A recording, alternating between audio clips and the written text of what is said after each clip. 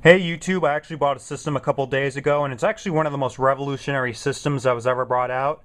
And gaming would definitely not be where it is today if it was not for the system. Unfortunately, not too many people have heard about it. It is pretty rare and it's very, very old. And that system is the Fairchild Channel F. Just going to do a quick pan of the box. The box is in pretty decent shape considering its age, so it's not too bad. It just has a couple stains and it's a little torn in a couple places, but this system's over 30 years old, so what could you really say? Alright, so I'm just going to bring out the system really quick. Comes with one of these really shitty switch boxes, which is actually broken, but it looks like it'll blow up, so I'm not going to use that. Comes with the warranty card, which looks like somebody got a stain on it, and the manual. Congratulations! Hooray! Alright, moving on to the system. Alright, this is the system itself. The Fairchild Channel F was brought out in 1985 by a company called Fairchild Semiconductors, and this actually predates the Atari 2600 by I think about 2 to 3 years.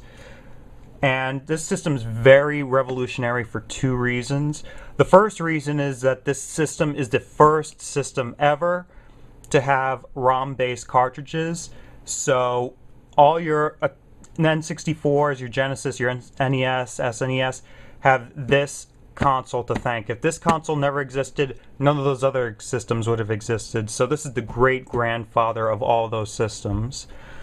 Also, this system is the first console to have computer-controlled AI.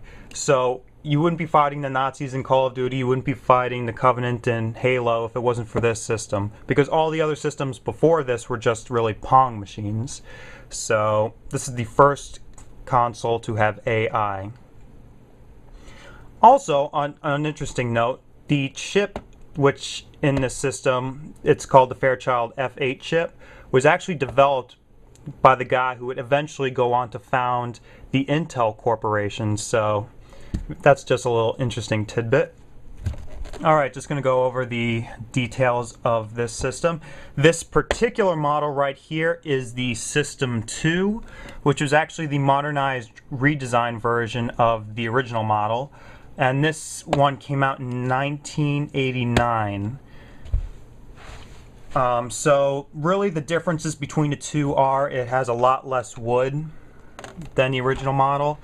The original model had a transparent storage lid on the top where the controllers will be stored. They actually moved the controllers to the back and they sit in these cradles. The controllers are not hardwired on this model. The original model, they're hardwired in, so if one of them broke, you're kind of out of luck. And also the eject button was actually right here, but they moved it to the top for the System 2. Alright, you have your power switch, your reset button, time, mode, hold, and start button. And the controller is very interesting. You'll never see a controller like this. It's probably one of the most bizarre looking controllers you'll ever see, but it's a very responsive controller. So you can move it around, you can push it down, pull it up, and you can twist it. So very interesting design. Also, the power brick is hardwired into the system itself. So if this went bad, the system is pretty much useless.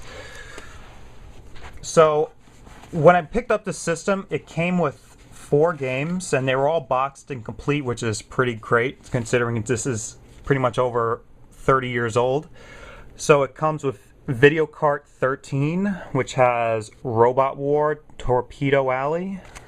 Looks like they stole C-3PO and R2-D2. Video Kart 9, which has Drag Strip. Video Kart 4, which has Spitfire. And Video Kart 1, which has Tic-Tac-Toe, Shooting Gallery, Doodle, and Quadridoodle. And these boxes are very bizarre looking. They looks like they stole them from Yellow Submarine or some Peter Max artwork. Definitely a very 70s look with this really stupid looking rainbow. But the cartridges look like this.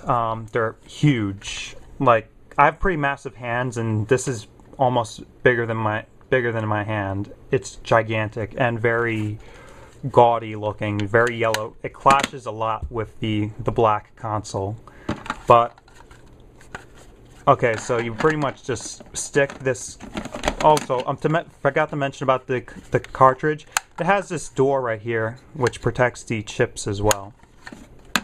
Alright, so you just slide it in there, play the game, and you just press the eject button, and it pops out. And this system was actually named by it actually had different names depending which country you're in.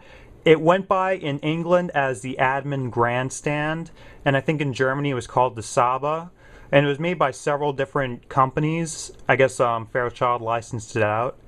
But if you have one of those systems, Admin Grandstand, Saba, or whatever, it's pretty much the same exact thing, it just has a different name. But I'm pretty thrilled to have gotten it. I picked this all up, the four boxed and complete games, the boxed system for $40. I got it for a steal. And yeah, thanks for watching.